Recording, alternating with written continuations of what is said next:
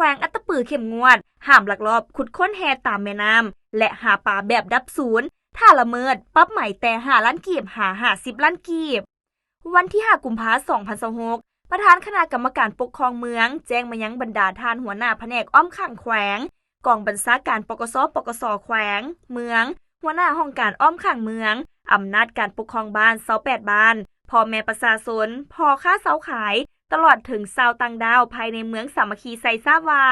1. คณะเฉพาะกิจขันเมืองจะได้ลงเคลื่อนไหวกวดการลาดตระเวนในเขตเป้าหมายแหล่งข่าวจุดรอแหลมตามสายน้ำลำเซห้วยหองน้ำเพื่อสกัดกั้นการลักลอบขุดค้นหินแห่ทรายทรัพยากรแห่ธาตุคำตุกค่อนที่บ่ได้รับอนุญาตการนำใช้เครื่องมือหาปลาหรือสัตว์น้ำที่ต้องห้ามเส้นหม้อสอดหรือกระแสไฟฟ้า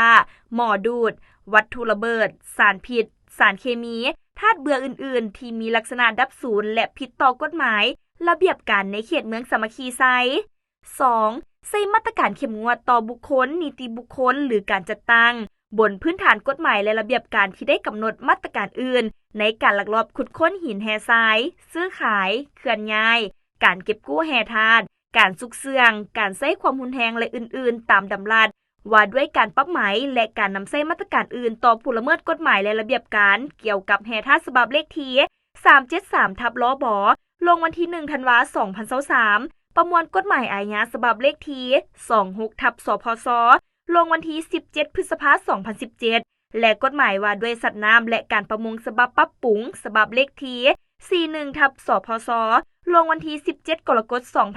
2023หากพบเห็นมีการละเมิดให้กักตัวพวกเกี่ยวพร้อมทั้งยึดของกลางทั้งหมดเพื่อใช้เป็นหลักฐานในการดำเนินการสืบสวนสอบสวนตามขบวนการกฎหมายซึ่งประกอบด้วยมาตรการปรับใหม่ทางด้านการเงินที่นำใช้ต่อผู้ละเมิดทางด้านบริหารและทางอาญาคือ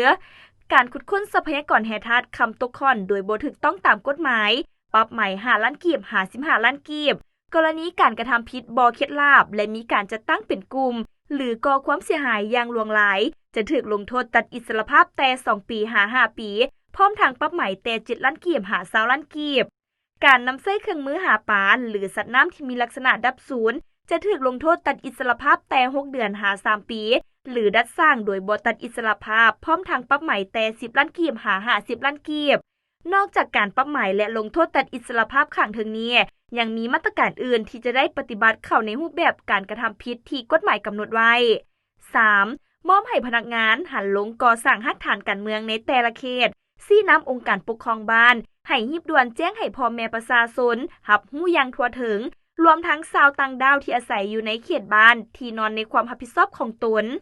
4. มอบให้ภาคส่วนเกี่ยวข้องที่นอนในคณะเฉพาะกิจขันเมืองกล้าเกี่ยมความพร้อมพาหนะทางบกทางน้ำและเครื่องมืออุปกรณ์รับใช้ที่จำเป็นเข้าในการเคลื่อนไหวภาคสนามเพื่อสะดวกในเวลาจัดตั้งปฏิบัติกรณีหากพบความยุ่งยากในเวลาจัดตั้งปฏิบัติให้หิมฮอนรายงานให้คณะชี้นำรวมรับทราบเพื่อจะได้รีบด่วนแก้ไขปัญหาให้ทันกับสภาพการ